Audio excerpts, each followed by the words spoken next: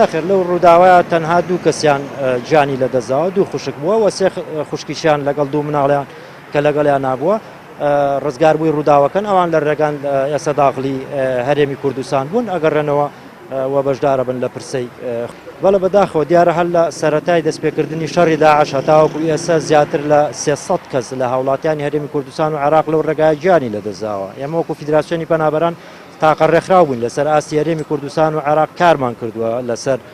ئەو پەنابەرانەی کە تووشی ڕووداوی نەخوازراوە بوون و گیانیان لەدەستداوە. ئێمە زیاتر لە 154 تەرەمان تا ئێستا کاروباری یاساییمان کردوون و کۆمەک و هاوکاری مادیمان کردوون بۆ تەعزیەکانیان و بۆ گەڕانەوەی تەرمەکانیان و لێرە لە نزیک کە سوکاران بە خاک سپێراون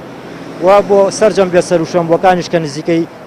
سەر و 130 کەس ئەبێت مەلەفی تایبەتیان بۆ کراوەتەوە و لەگەڵ شوێنی ڕووداوەکانە قسە کراوە و پشکنینی DNA و سامپڵی خوێن و لیک ڕەوانی شوێنی ڕووداوەکان کراوە بە بەردەوامی کاری لەسەرەکرێت